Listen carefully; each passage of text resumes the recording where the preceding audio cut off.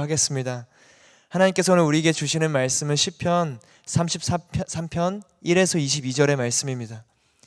시편 33편 1에서 22절의 말씀, 제가 먼저 읽도록 하겠습니다. 함께 교독하여 읽겠습니다. 너희 의인들아 여호와를 기뻐하라. 찬송은 마음이 정직한 사람에게는 당연한 것이다. 하프로 여호와를 찬양하고 열줄 비파로 연주하라. 새 노래로 찬양하고 솜씨를 내 우렁차게 연주하라. 여호와의 말씀은 의롭고 진실하며 그분은 모든 일을 진리로 하셨습니다. 여호와께서는 의와 공의를 사랑하시며 이 땅은 그분의 변함없는 사랑으로 가득 차 있습니다. 여호와의 말씀으로 하늘이 지어졌고 그 입김으로 하늘의 별들이 만들어졌습니다. 여호와께서 바닷물을 모아 쌓아 놓으시고 깊은 물을 창고에 넣어 두십니다. 온 땅은 여호와를 두려워하며 주께서 말씀하시니 그대로 이루어졌고 그분이 명령하시니 그것이 굳건히 섰습니다. 여호와께서 이방 민족들의 계획을 뒤엎으시고 민족들이 꾸미는 일을 꺾으십니다. 그러나 여호와의 계획은 영원히 서고 그 마음의 뜻도 대대로 설 것입니다. 여호와를 자기 하나님으로 삼은 민족, 하나님께서 그분의 소유로 선택하신 백성들은 복이 있습니다. 여호와께서 하늘에서 내려다보시고 모든 사람의 자손들을 지켜보십니다. 주께서 계시는 그곳에서 이 땅에 사는 모든 사람들을 지켜보십니다. 주께서는 마음을 만드신 분이요 그들의 모든 행위를 아십니다. 아무리 군대가 많아도 스스로 구원받는 왕은 없고 용사가 아무리 힘이 세도 제 목숨을 구하지는 못합니다. 구원이 군마에 달려있는 것이 아니니 제 아무리 강한 힘이 있다 해도 대체 누구를 구원하겠습니까? 그러나 여호와의 눈은 주를 경외하는 사람들, 그 변함없는 사랑을 바라는 사람들 위에 있습니다. 죽음에서 그들을 건지실 것이며 굶주림에서도 살려주실 것입니다. 우리 영혼이 여호와를 바라고 기다립니다. 주는 우리 도움이시요 우리 방패이십니다. 우리 마음이 주 안에서 기뻐하는 것은 우리가 그 거룩한 이름을 의지하기 때문입니다. 오 여호와여, 우리가 주를 바라는 것처럼 주의 변함없는 사랑을 우리에게 베풀어 주소서. 아멘. 저는 하늘 공동체를 섬기고 있는 최종현 목사라고 합니다. 오늘 우리 함께 찬양하고 의지할 만물의 주권자라는 제목으로 말씀을 나누겠습니다. 제가 먼저 기도하고 말씀 나누겠습니다. 사랑하는 하나님 아버지, 성령의 조명하심으로 말씀을 보고 깨달아 알게 하여 주옵소서. 그리고 깨달은 말씀을 붙들고 삶에서 말씀으로 살아갈 수 있도록 성령님 우리를 인도하여 주옵소서. 예수님의 이름으로 기도드립니다. 아멘. 각 시편에는 표제라고 불리는 소제목들이 그 시편 앞에 먼저 붙어 있습니다. 어제 봤던 시편 32편의 표제가 다윗의 마사길이라는 표제가 있었죠. 시편 150편 총 말씀 중에서 표제가 있는 시편은 116편이고요. 표제가 없는 시편은 34편의 시편입니다. 표제가 없는 34편의 이 시편 중에서 하나가 오늘의 이제 말씀이거든요. 누가 언제 썼는지 모르는 시편이라는 것이죠. 저는 오늘의 시편과 어제 다윗의 시편이 그런데 굉장히 깊은 연관성이 있다라는 것을 느꼈어요. 어제 시편 32편 마지막 구절 11절의 말씀을 보시면요, 이렇게 말합니다. 너희 의인들아 여호와를 기뻐하고 즐거워하라. 마음이 정직한 너희 모든 사람들아 기뻐 외치라. 밧세바와 간음했던 이 다윗이, 죄인이었던 이 다윗이 하나님의 주권적인 용서하심을 경험하고 의인이 되었음에 기뻐 외치는 찬송의 목소리를 높였던 것이죠. 너희 의인들아 여호와를 기뻐하고 즐거워하라. 근데 우리 함께 오늘의 1절 말씀을 봐보실까요? 오늘의 1절 말씀입니다. 함께 읽겠습니다. 너희 의인들아 여호와를 기뻐하라. 찬송은 마음이 정직한 사람에게는 당연한 것이다. 지난날 32편 다윗의 마지막 고백과 너무나 유사하죠. 기뻐하고 찬송하는 것은 하나님께 용서받은 자의 당연한 반응입니다. 이것은 명령이고 의무고 책임이 아니라 하나님께 용서를 받았다면, 진정한 죄의 씻김이 있는 사람이라면 누구든지 하나님 앞에서 찬송의 목소리를 올릴 수밖에 없는 것이죠. 그런데 이 말씀에서 지칭하는 의인, 너희 의인들아 기뻐하라 하지만 막상 사실상 의인은 우리 가운데 아무도 없죠. 로마서에서도 사도 바울은 의인은 없으니 하나도 없다라고 전합니다. 이렇게 예배를 드리고 있는 우리의 내면만 봐도 우리는 알고 있잖아요. 내 안에 정말 선한 것이 없구나. 내가 하나님을 예배하고 예수님을 믿고 따른다고 하지만 내 안에는 끊임없이 솟아나는 악이 있구나. 마치 마르지 않는 우물처럼 내 안에 솟아나는 교만과 우울과 비판과 판단과 정죄와 내 스스로에 대한 또 타협과 수많은 악이 우리 마음속에는 도사리고 있습니다. 절대 의인이라 할 수 없는데 하나님께서는 우리로 하여금 의인이라 말씀해 주시는 거예요. 오늘 시편의 말씀에서도 너희 의인들아, 우리를 의인이라 칭하십니다. 그 의인의 칭호, 그것이 은혜입니다. 하나님께서는 오직 예수님을 믿는 그 믿음으로 우리를 의롭다 말씀하시는 거예요. 다윗과 같이 간음을 하고 우리아를 죽이는 죄까지 저질렀다고 해도 오직 예수님의 이름으로 인해 우리는 의롭게 됩니다. 어떠한 공로도 없이 오직 은혜로, 그 은혜가 있기에 우리의 입술에서는 자연스럽게 당연하게 찬양이 터져 나오는 것이죠. 우리 함께 1절에서 3절의 말씀을 다시 한번 한 목소리로 읽도록 하겠습니다. 시작. 너희 의인들아 여호와를 기뻐하라. 찬송은 마음이 정직한 사람에게는 당연한 것이다. 하프로 여호와를 찬양하고 열줄 비파로 연주하라. 새 노래로 찬양하고 솜씨를 내 우렁차게 연주하라. 할렐루야. 하프로 열줄 비파로 새 노래로 내가 가진 모든 재능과 은사와 삶으로 하나님을 찬양하는 거예요. 찬양한다라는 건 노래하는 게 아닙니다. 그죠? 주일에 그냥 따라서 부르는 게 찬양이 아니라 우리의 삶이 찬양이요, 우리의 은사와 재능과 삶의 모든 것들을 통해서 주님을 높이는 것이 찬양입니다. 이 찬양은 당연한 것이죠. 해도 그만 안 해도 그만 선택지가 아니에요. 예배 때만 하는 것이 아닙니다. 찬양은 우리의 존재입니다. 찬양은 우리의 존재예요. 하나님을 찬양하는 것은 모든 인간의 목표이자 정체성이죠. 이사야 43장 21절은 이렇게 말합니다. 이 백성은 내가 나를 위해 지었나니 나를 찬송하게 하려 함이니라. 하나님을 찬송하기 위해서 지음받은 우리의 존재, 창조의 목적이 바로 찬양입니다. 하나님의 전적인 용서, 완전한 자비를 경험한 우리는 찬양하게 되는 것이죠. 처음 회개하는 순간 모든 죄를 용서하시는 하나님의 은혜를 경험하게 되면 이전에 볼 수 없었던 계속 나와 함께 하시는 하나님의 새로운 역사를, 그 위대하심을 보게 되는 겁니다. 세상이 새롭게 보이게 되는 것이죠.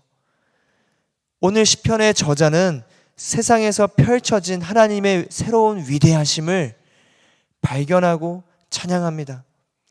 사실 새로운 것이 아니죠. 그러나 다시 하나님의 은혜를 받았을 때 그것이 새롭게 보이게 되는 것입니다. 이전에는 몰랐던 것이 깨달아 알게 되어지는 거예요. 우리 첫 번째 시편의 저자는 하나님의 말씀에 대해서 찬양합니다. 우리 4절부터 9절의 말씀을 함께 읽도록 하겠습니다. 4절부터 9절입니다. 시작. 여호와의 말씀은 의롭고 진실하며 그분의 모든 일을 진리로 하셨습니다. 여호와께서는 의와 공의를 사랑하시며 이 땅은 그분의 변함없는 사랑으로 가득 차 있습니다. 여호와의 말씀으로 하나님이 지어졌고 그 입김으로 하늘의 별들이 만들어졌습니다. 여호와께서 바닷물을 모아 쌓아 놓으시고 깊은 물을 창고에 넣어 두십니다. 온 땅은 여호와를 두려워하며 세상의 온 민족들은 그분을 경외하라. 주께서 말씀하시니 그대로 이루어졌고 그분이 명령하시니 그것이 굳건히 섰습니다. 하나님은 말씀으로 세상을 창조하셨어요. 말씀으로 하늘을 지으셨고 하늘의 별들을 만드시며 바닷물을 쌓으셨습니다. 하나님께서는 진리의 말씀으로 모든 일을 행하시는 분이세요. 하나님의 말씀은 의롭고 진실합니다. 하나님의 말씀은 그대로 이루어지는 거예요. 말씀은 내 발의 등이요 빛이나이다. 말씀을 잃으면 방향을 잃어요. 빛이 없는 곳에서, 빛이 없는 어둠에서 우리가 어떻게 걸어갈 수가 있겠나요? 혹시 가로등도 없는 산속을 운전해 보신 분이 있으실까요?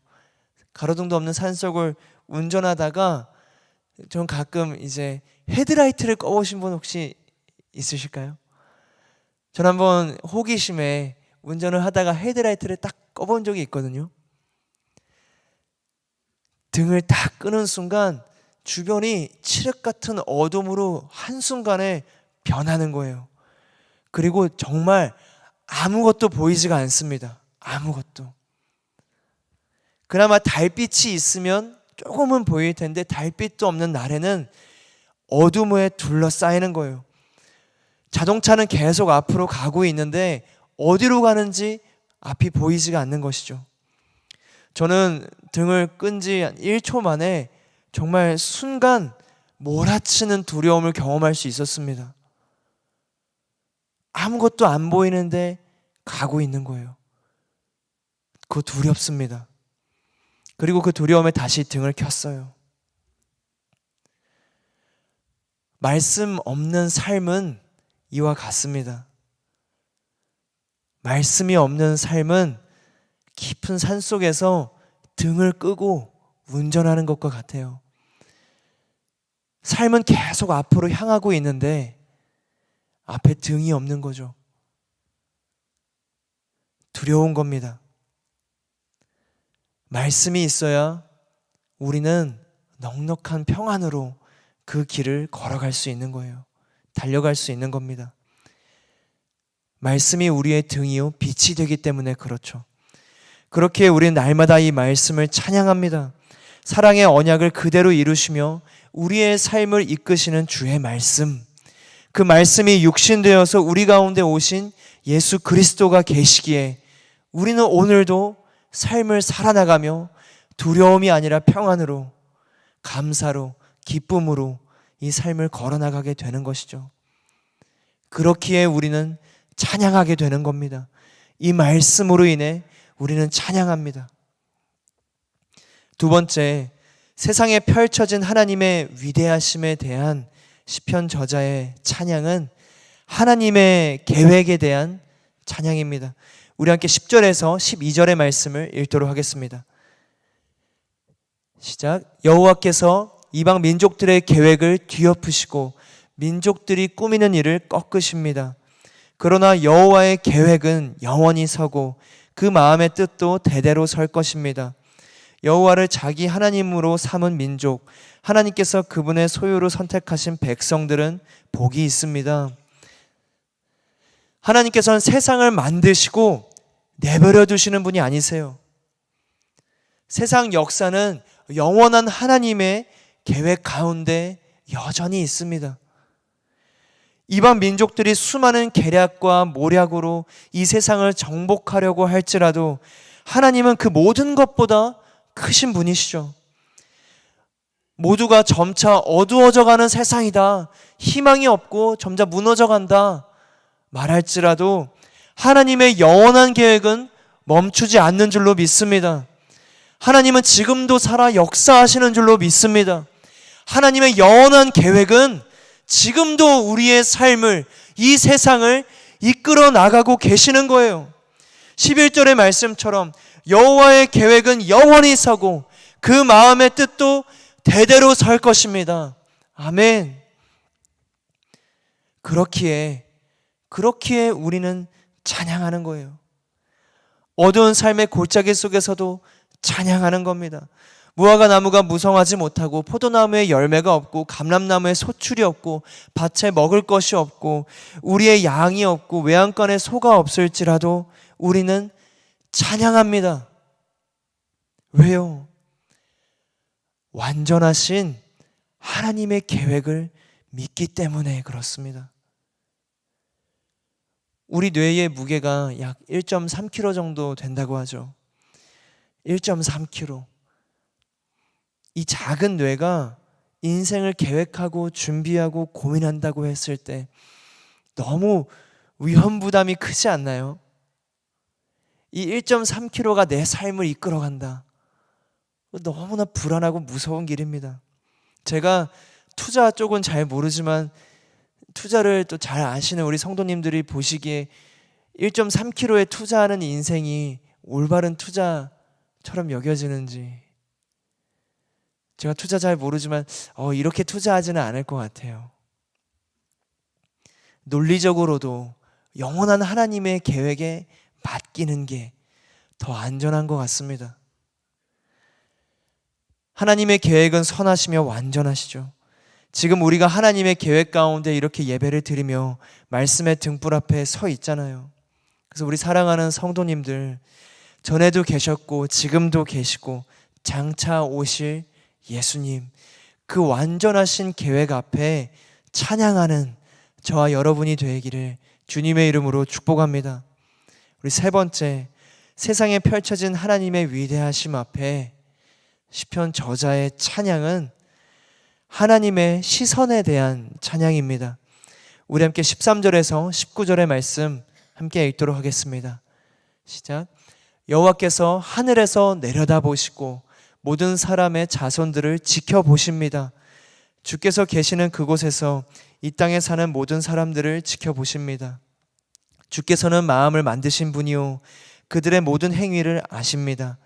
아무리 군대가 많아도 스스로 구원받는 왕은 없고 용사가 아무리 힘이 세도 제 목숨을 구하지는 못합니다. 구원이 군마에 달려있는 것이 아니니 제 아무리 강한 힘이 있다 해도 대체 누구를 구원하겠습니까? 그러나 여호와의 눈은 주를 경외하는 사람들, 그 변함없는 사랑을 바라는 사람들 위에 있습니다. 죽음에서 그들을 건지실 것이며 굶주림에서도 살려주실 것입니다. 아멘. 하나님의 시선은 모든 것을 꿰뚫어 보시죠. 미로 속에 들어가 보신 적이 있으실까요? 미로 안에서는 절대 길이 보이지가 않아요. 열심히 달린다고 해서 길을 찾을 수 있는 것이 아닙니다. 계속 헤매다가 지치게 되는 것이 미로죠. 우리의 삶입니다. 우리가 아무리 열심히 달린다고 해서 길을 찾고 구원의 출구로 나갈 수 있는 것이 아닙니다. 오늘 말씀이 전하는 것처럼 아무리 군대가 많아도 스스로 구원받는 왕이 없고 용사가 아무리 힘이 세도 제 목숨을 구할 수가 없는 것이죠. 하나님께서 하늘에서 내려다보시고 이 땅에 사는 모든 사람을 지켜보십니다. 하나님은 마음을 만드신 분이시기 때문에 우리의 마음속 모든 걸음까지도 지켜보고 계세요. 우리가 아무리 미로 속 아무리 달려도 스스로 구원할 수 없지만 우리를 지켜보시는 하나님께서 우리를 인도해 주시는 거죠. 미로로 나갈 수 있는 길은 하늘에서 그 길을 알려줄 때예요. 전체를 조망하면서 어느 길이 막혔는지 어느 길이 열렸는지 하늘에서 일러줘야 우리는 알 수 있습니다. 이 땅에 있을 때는 전체가 보이지 않지만 하늘에 있을 때는 전체가 보이잖아요. 마치 인공위성의 GPS가 길을 알려주는 것처럼 하늘에서 말씀해 주실 때 우리 삶은 제 길을 찾게 됩니다. 우리가 죽음과 굶주림의 위험 속에 처할 때도 우리를 지켜보시는 하나님께서는 우리를 영원한 생명의 길로 인도하시는 것이죠. 우리를 보시며 우리의 삶을 예수 그리스도 영원한 복음의 길로 이끄십니다. 그렇기 때문에 우리는 그 하나님의 시선을 신뢰하기 때문에 그래서 우리는 찬양합니다. 찬양하는 거예요. 미로를 벗어나게 하실 하늘의 시선을 기대하고 의지하며 찬양하는 겁니다. 우리의 회개로 용서받음에서 시작된 의인의 선포가 우리로 하여금 찬양하게 하는 것이죠. 오늘의 말씀 속에서 하나님의 말씀에 대한 찬양으로, 하나님의 계획에 대한 찬양으로, 하나님의 시선에 대한 찬양으로 고백했던 이 시편의 저자는요, 마지막으로 하나님을 향한 신앙을 고백합니다. 이것이 용서받은 자요, 예수 그리스도로 살아가길 원하는 저와 여러분의 고백이 되기를 주님의 이름으로 축복합니다. 우리 마지막으로 20절에서 22절의 말씀을 읽고 함께 기도하며 나아가겠습니다. 20절의 말씀 시작. 우리 영혼이 여호와를 바라고 기다립니다. 주는 우리의 도움이시오 우리 방패이십니다. 우리 마음이 주 안에서 기뻐하는 것은 우리가 그 거룩한 이름을 의지하기 때문입니다. 오 여호와여, 우리가 주를 바라는 것처럼 주의 변함없는 사랑을 우리에게 베풀어 주소서. 아멘. 우리 함께 기도하며 나아가겠습니다. 기도하며 나아갈 때에 사랑하는 주님, 우리의 입술이 찬양하기를 멈추지 않게 하여 주옵소서.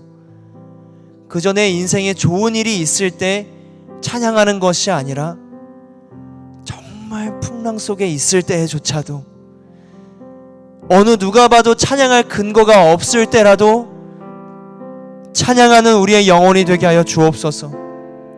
그 이유가 무엇입니까? 찬양하는 이유가 뭐예요? 오늘 말씀에서 알려주시죠.